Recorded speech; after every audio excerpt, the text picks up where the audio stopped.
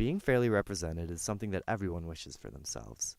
However, until recent decades, it was fairly hard for families to get an idea of what the rest of America looked and acted like outside of their immediate area.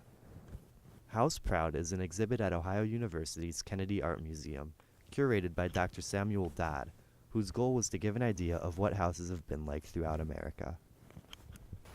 The exhibit shows houses from the 19th century all the way up until now. Lori Spencer, an assistant at the museum, sees a big difference in the economic situation of a lot of these earlier homes.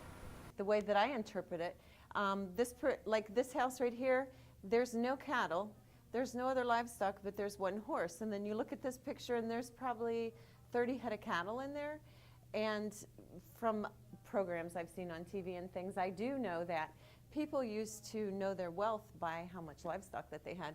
So even though, to me, this house looks like it probably cost a little more, took a little more work to make, these people do look wealthier because they have more livestock.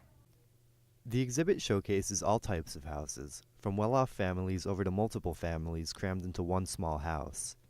And while many of the houses shown in House Proud differ greatly, they all had one thing in common: the desire to be represented.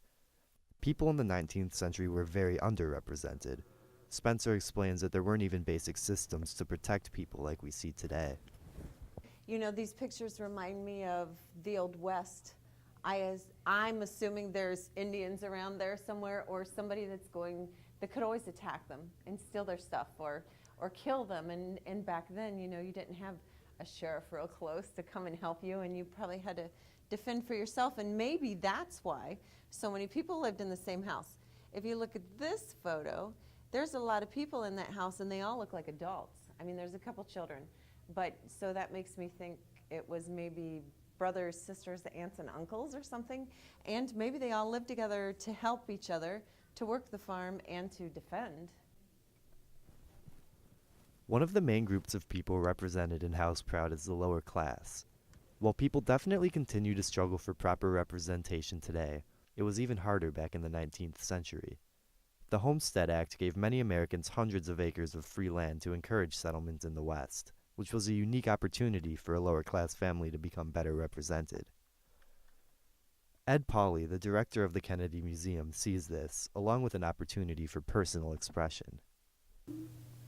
As society, Western society, moved west in America, right?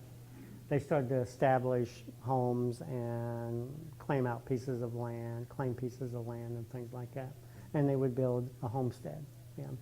In some cases that, and maybe all cases, I'm not 100% sure on this, but the land was, I think, offered up free, so people would come and settle that land. I think it really is also about how your house really formed, your choice of a house and how you decorate that house, or in this case, a lot of them there's interior views and exterior views, but a lot of them is about how your identity is rebuilt through your choices.